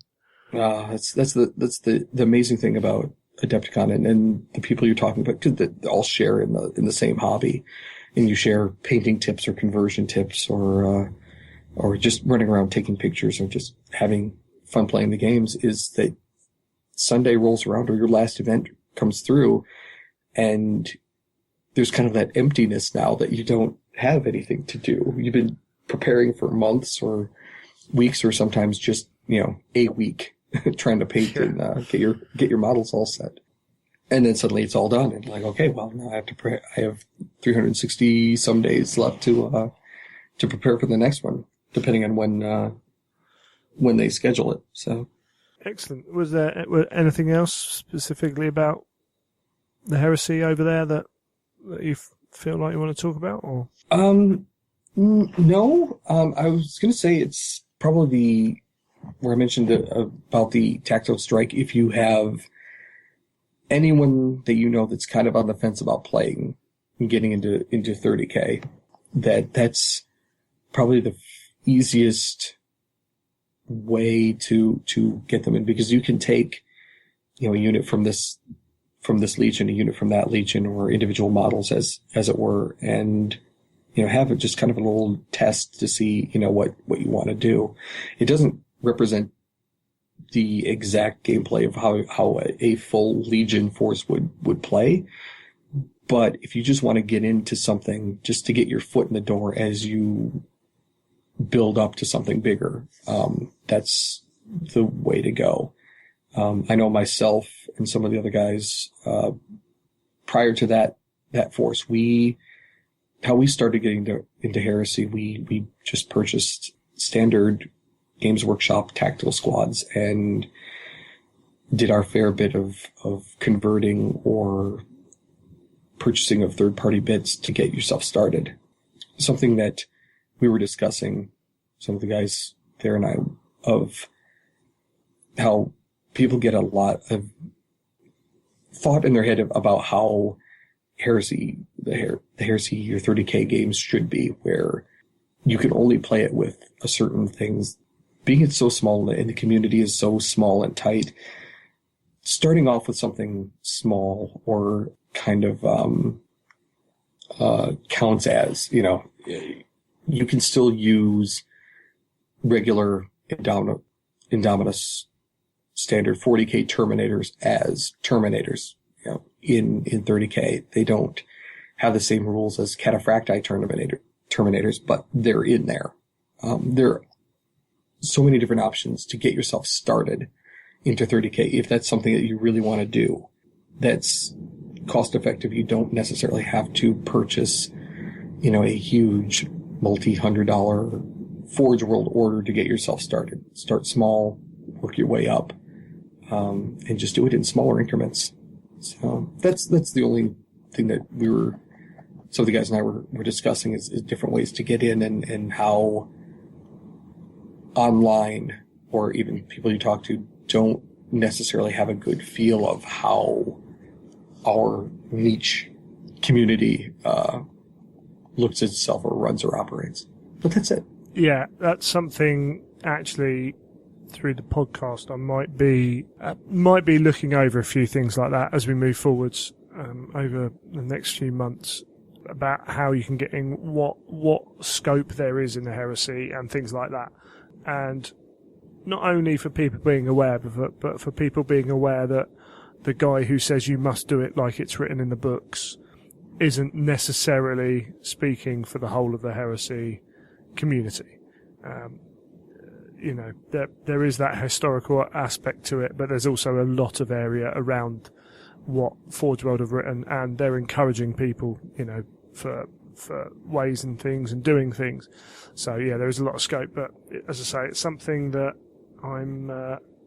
is in my mind to be covering on the podcast in some form or another. Yeah. I think it'd be good, because there's a lot of people that I've talked to. There are a lot of people from the 40K tables or other groups that came over to see what we were doing, and I've never had a problem striking up a conversation about how I do this or that, or generally I get comments, because if you probably don't see much online, but maybe Facebook occasionally or some of the forums, if you see a Captain America Praetor standing there with his shield, or one of several, because I've made 3 now. Sure.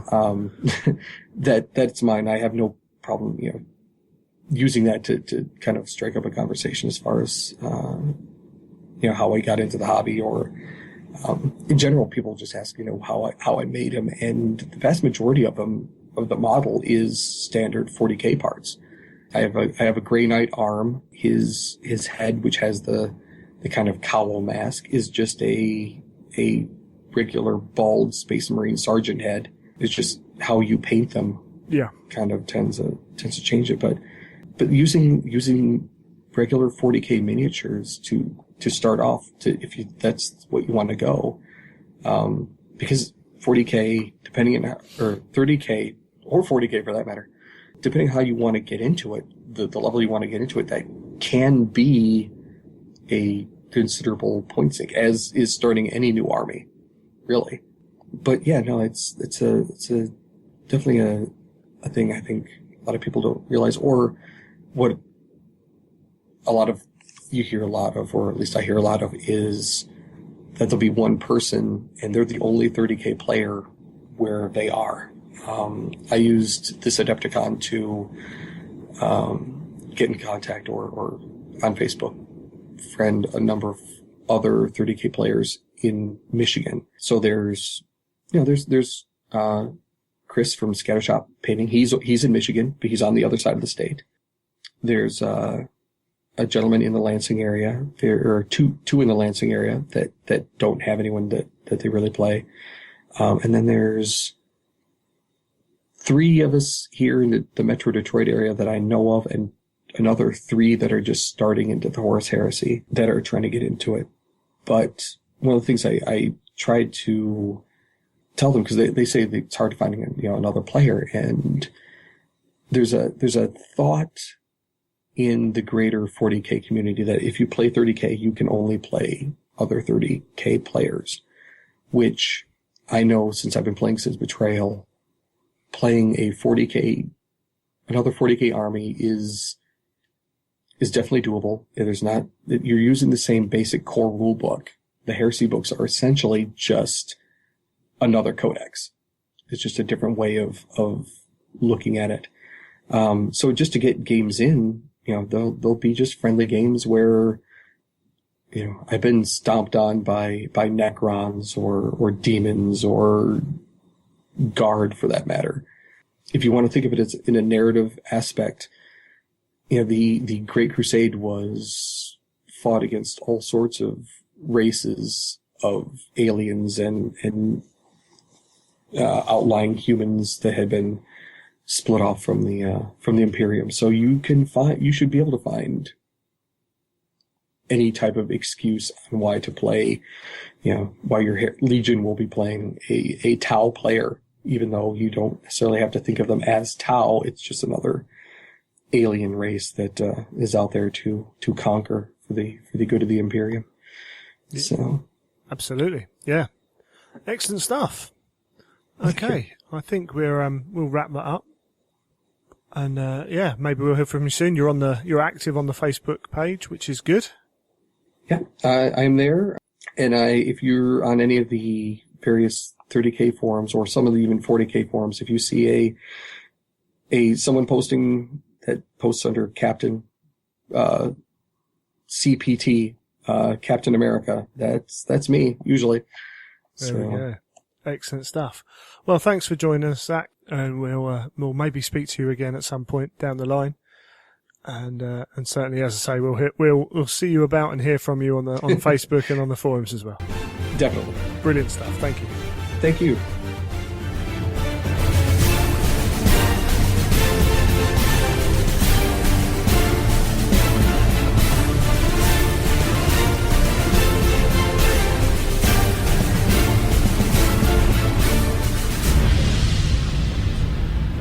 Well, we're joined now by Andrew Hollis once again. How are you doing? Good. Yourself? Yeah, not bad, thank you. So we talked to you a few episodes ago about your grand worldwide campaign thing, and it's moved on a bit, hasn't it? It has. We've had a bit of progress. We've had a website update, and we've had a few other people, especially from Italy, jump on board for the global heresy. So it's moving along nicely. Excellent stuff. So, quick reminder, what's the website again? It's Oz30K, so AUS30K.com. Yeah. And that's for the global 30K campaigns. Yeah, and so that's a place where you can put your army list up. Works like a wiki. So for those who didn't listen to the earlier episode or forgot it, works like a wiki, so you can put your army on there, and then it kind of logs. You're logging through there all the big events you do and everything else, and it all links together. That's right. Yeah, brilliant. Tracks stuff. your army progress and all your battles and all of your campaigns. Yeah, I keep seeing. I must admit, I keep meaning to put my army on there. I must get around to it. I'll have to pencil that in at some point. I'm as people who listen to this might be aware, I'm not the most organised person in the world. I'll have to add it to a list. So the other thing in conjunction with that was this big event, worldwide event, and you've said the Italians have jumped on with their own big thing of it, and it's about anyone around the world getting a group together in whatever format and playing Heresy versus Orcs. Yeah, that's right. We started a while ago. A few people were talking about the Kaloran campaign and how it would be pretty cool to play that one out. And a few of us got together and decided that we'll do our own. And that's kind of where the Kaloran Crusade came from. So it's not exactly the Kaloran, but it's supposed to recreate it. The Italian guys on the Heresy 30K blog really got behind it, and they're running a big convention, and they've got I think 20 or so players from all around Italy getting together. So we kind of followed their suit since they jumped on so hard. So that's on the 11th and the 12th of April. And so everyone and anyone around the world who wants to join in can jump onto the website. I flicked the link through to you there. And they can have a look at the rules that the Italians are using. And then basically what happens is the results from all of the games from all around the world get compiled onto the website. And that goes to determine who actually wins the world, whether the Orcs conquer the planet Kaloran or whether the Legions manage to kick them off. Awesome stuff. So yeah, 20 men, that's a decent sized turnout for that single event. But if you're in a part of the country or a country where the heresy's not so big, you can get together with your best mate and just play a game and input the data. That's correct, yeah? Yeah, for sure. If you've just got 2 people in a garage, then that's fantastic. If you've got 20 people in a gaming store, awesome. But anyone and everyone can get on. That's the beauty of the web now. It compiles just every battle from all around the world. So every single person's battle results is going to go towards the influence on the planet. And if you want to run it slightly differently, then fantastic. But the main things is just Legion versus Orcs. Yeah, and go and play some Heresy versus Greenskins. That's it. Yeah, too right. So you want those games played in and around that weekend. That weekend is going to be kind of a focal point, but for the next couple of months, we're actually running a global heresy. So any games that people want to play can be entered into the global heresy, and those games can be played between Legion versus Legion, Mechanicum, Solar Auxilia, all of those sort of things, as well as Orcs. But we wanted to try and kind of create a very focal weekend, similar to what Apocalypse did with the big game for the past few years, so that everyone kind of gets into the habit of just this one weekend each year. Everyone does a Legion versus Orcs, but if you can't make it for that weekend, you can still log your battle against the global heresy, and it goes to the entire system, but it won't be registered against this one particular campaign. Okay, that's cool. So there's lots of opportunity for people out there if things get in the way, as life has a habit of doing for at the most inopportune moments. But we struggle on. So, okay, so you've got your legions. We talked previously about how you were going about having the Orcs versus the legions. Is that all information all up on the website?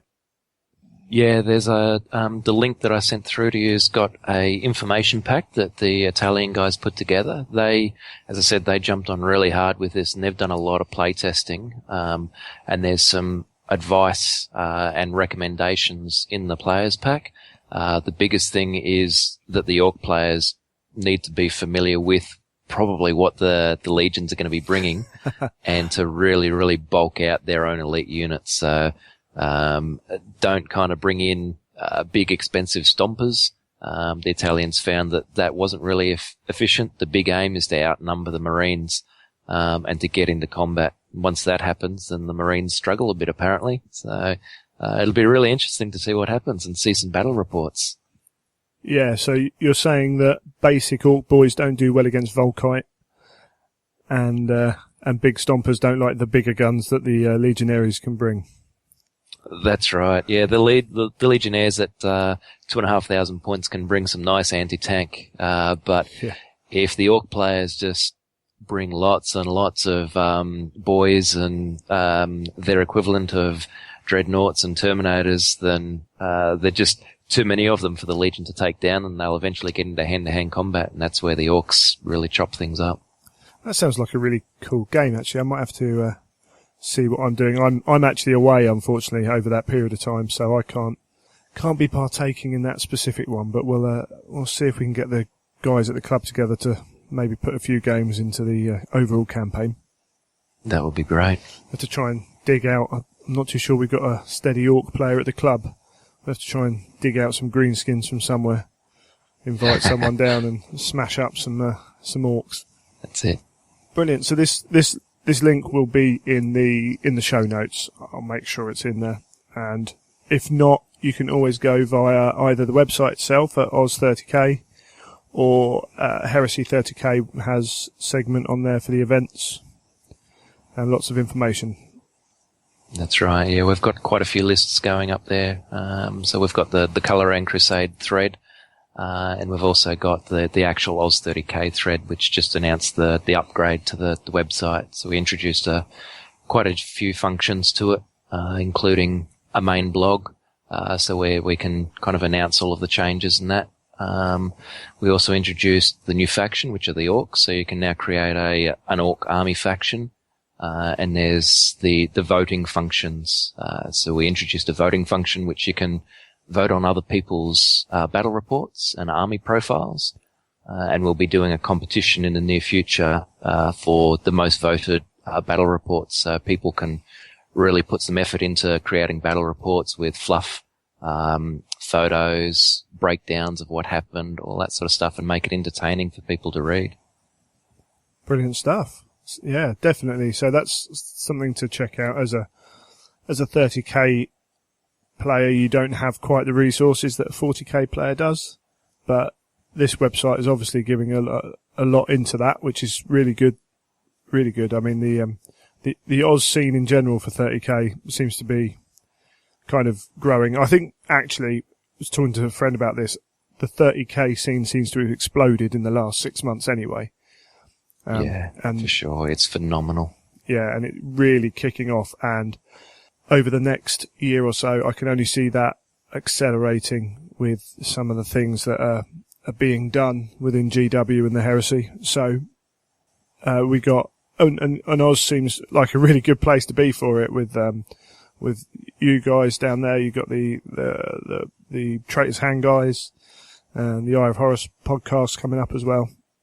Yeah, they're an entertaining lot. I've been in contact with those guys, and a bit of cross-pollination happening between you two. So it's fantastic to see and hear so many different podcasts.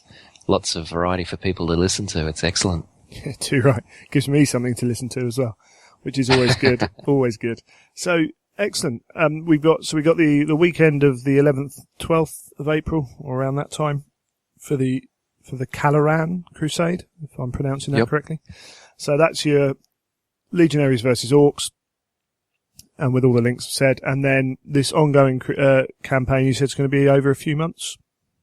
Yeah, that's right. It started there was a soft launch at the start of the year, and the Global Heresy will continue until the end of May. And then all of the battle reports that have been submitted since the website started, and up until the end of May, they'll all be compiled and the votes added up. I'll give another couple of weeks for people to kind of go through. and then we'll announce the winner. So we've been pretty lucky with some generous prize support being donated, event-only miniatures. Book 5 hopefully will be out by that time, and I'll try and get a copy as a possible prize. And then basically from June the 1st onwards, we'll start a new phase of the Global Heresy. So that'll be an ongoing feature of the website. So every 3 or 4, 5 months, there'll be a different phase of the Heresy. Different systems will be invaded, and that's aimed and focused on players that don't necessarily have a large player group around their area who can do their own local campaigns. It's for people who have got 1, 2, 3 other players or even other larger groups but don't have a local campaign going. They can join in this global campaign, report their battles, and see which legion or which faction takes over different worlds. Awesome. Do you want to give a shout out for the prize support, the guys who've donated these miniatures and things? Yeah, for sure. It's a couple of the guys from the Andrew Hollis and the Brisbane Gamers groups actually came over to the Open Day right, yeah. just recently that Forge World had, and they were generous enough to pick me up a couple of event-only models. So thank you very much to those guys. And yeah, they'll come in use, and we'll see how we go from there. If we can get a few more things, that'll be fantastic. Excellent stuff. And with regards to these campaigns, so the idea is you're building up your own heresy kind of area and storyline as a website. Yeah, that's right. So the wiki is set up so that you can do one of two things. You can go down the path of playing in local campaigns, like what we've set up. I'm running what's called the Savage Crusade, and that's using Book 4 campaigns. That's very similar to Brisbane's Inferno campaign. So every couple of months we run an event, and it's based off the campaigns. We then log the results, and those campaigns continue. We've got campaign maps, and we take over territory on the planet. Or you can partake in the Global Heresy, which we've talked about, and every 3 to 4 or 5 months we select a new system, and this current Global Heresy is the Kaloran system, and that will determine the outcome of kind of who takes over particular planets, in addition to the actual Kaloran Crusade based on Kaloran itself. So there's a couple of different options for people, and if they need help setting up a campaign on the website, I'm more than happy to help them put interactive maps online for them, create new star systems, create new subsectors.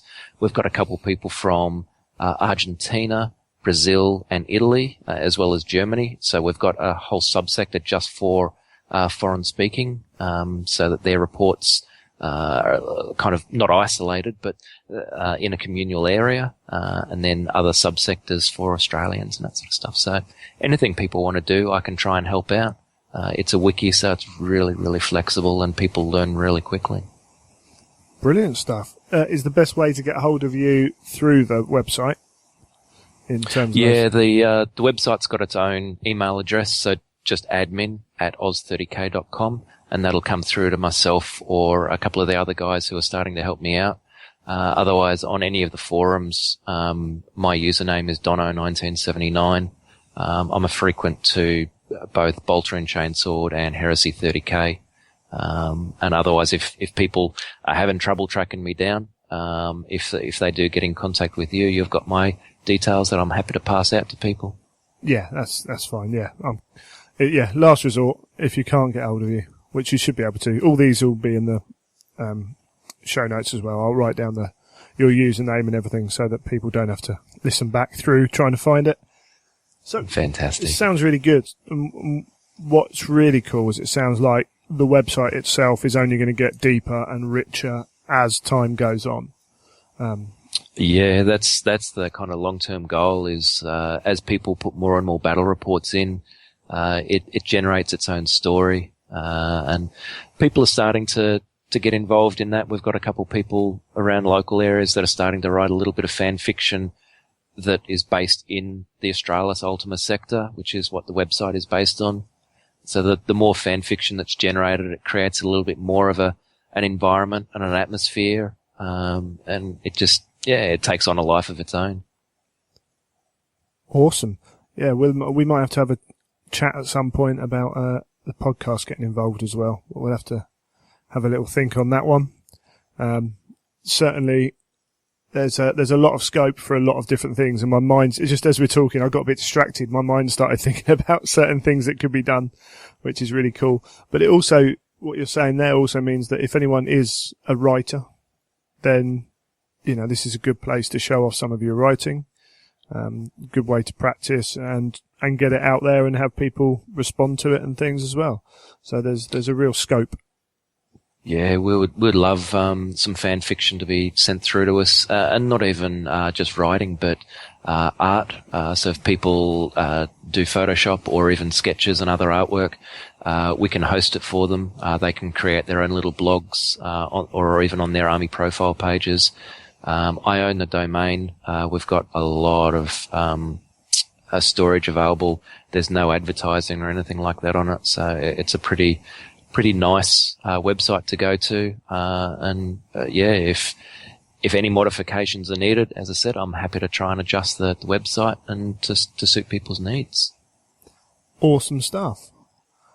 So, yeah, was there anything else that you want to get out there before anything I missed? No, I think we've been pretty comprehensive. Thank you very much. It's great to see more and more people getting interested.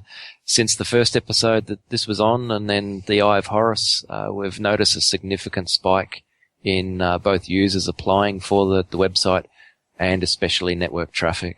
There was a significant spike after the episode that you aired with us. So it's really gratifying to see people have a look and actually reading the fluff that people are writing. It's really good to see that. No, that's awesome. I've said it before, particularly with Chris Birch on the last episode. What I've been really impressed with the listeners is I have X amount of listeners, and you kind of look at it as a number. But I think percentage-wise, the interaction from our listeners to the projects and everything that's been going on has been really it's been awesome, and it's taken me back a little bit, because whenever you do something like this, there's a large percentage of people generally who just kind of absorb it without acting upon it. But as I say, I've been really impressed with the way that you, the listener, have acted on information that's come in, and it's not going to be for everyone, and no one's expecting that. But to hear you've got a big spike on people looking at your site is amazing. Yeah, it certainly is. The community for 30K is substantially different to 40K. It really is. The community is a lot more like the community of old, of the original 40K. They're supportive of everybody. It's about the hobby. They really want to see what other people are doing. People give recommendations, give assistance. They're a lot more dedicated to the actual enjoyment of the game. We've got people flying in from Brisbane, from Adelaide, coming to our events, and likewise, I'm flying up to Brisbane to go to an event, like a one-day event. I would never have thought of doing anything like that for a 40K game, but 30K is different. It's the community, the people that interact. We talk with these people on the forums, and then you travel there and actually have a game with them, and then you have a beer with them afterwards, and yeah, it's a fantastic social outlet, and it really, really, really is a good community. Absolutely. Okay, I think that's a brilliant point to leave it on. So, once again, thank you for coming on. No worries, thanks for having me. I'm sure we'll grab you on again at some point, probably after the event, just to have a little chat about it. Yeah, looking forward to it. And, and you go and relax now. Thanks, mate. I'll get ready for another event coming up shortly. Yeah, just want to say that. And Andrew's just run one event today and is running another event tomorrow. So I've grabbed him late in the evening, his time, I'm sure. It's this. It's all good. this crazy Skyping across the world kind of business. It's amazing what you can do nowadays. Brilliant stuff, mate. All right. Take care, mate. Cheers. Talk to you soon.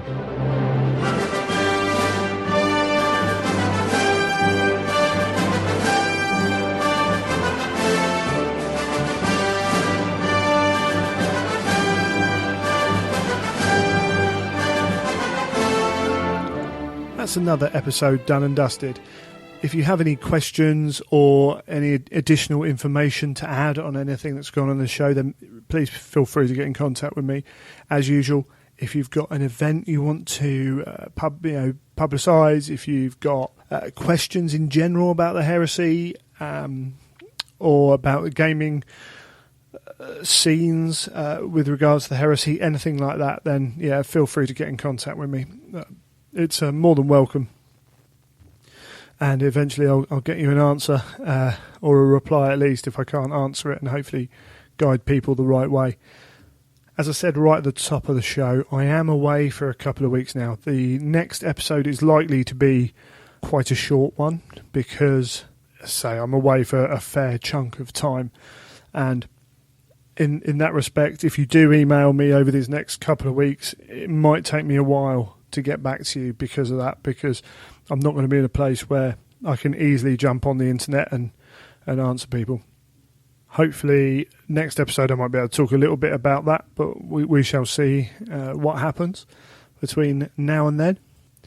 If you do want to get hold of me, Twitter and Facebook as well, we'll go through that later, but I might be able to check them a little bit easier than checking the emails. And if you've got a question that you want answered in those times, then put them up on the Facebook group. Other people, I'm sure, will be happy to answer those as well. We've got a good bunch of people on there.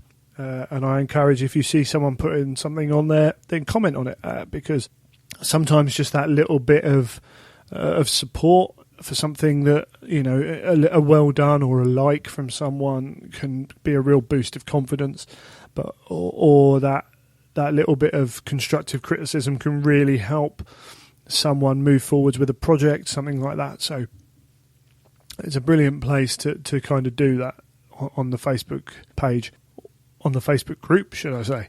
So, as usual, greg@theimperialtruth.com if you have any, questions or information or anything that you want to get to me, email me on that. The Twitter handle is @imperial_truth. My own personal Twitter handle is @childofFang. You can find all this information out in the show notes if you can't quite get it down on paper or want to know how things are spelled, etc. Facebook, search for The Imperial Truth or The Imperial Truth Podcast. So The Imperial Truth is the page for the podcast, which is good for sharing information, and then the page is for people to talk to each other a lot more easy, and has worked too, and hopefully we can continue to grow that. If you haven't left a review on iTunes and you use iTunes, then please can I ask that you take a couple of minutes and do it. It's not a biggie if you don't, but it really helps for other people looking at the podcast to see that there are reviews going up, and it helps promote the podcast and makes me feel all warm and fuzzy inside, which you want to do for me, don't you? I know you do. Everyone likes to feel warm and fuzzy. One final thing is, when I get back, I am looking at, we talked briefly in the chat with Zac about me going to Adepticon next year, and it's something I am hoping to be able to do. I have a number of big bills coming this year, so to do it will require some planning on my part to gather the funds for the airfare and the hotels, etc., etc. The first and the easiest part of that for me is I have some stuff to sell that is hobby related. So when I get back, I am going to be putting together a post of a sale list, if you will. Within that, I've got some 40k bits, some Warhammer bits, some Necromunda, there's some Mordheim in there, and quite a few Battlefleet Gothic ships in various states of repair and disrepair and painted and not painted. So when I get back from my time off, that's I'm going to have a lot to do, I think, that first week. But hopefully within a couple of episodes, I'm going to have that post up on the website. And all that money is then going to go towards helping me hopefully get to Adepticon. And that's going to be phase 1 of the plan, the Adepticon push. So there will be other phases. There are other things, irons in the fire, as they say. I've had a chat with Chris at Scattershot Painting, and there's some really intriguing possibilities that we're working on together that hopefully will give you, the listener, something that you're really interested in partaking in.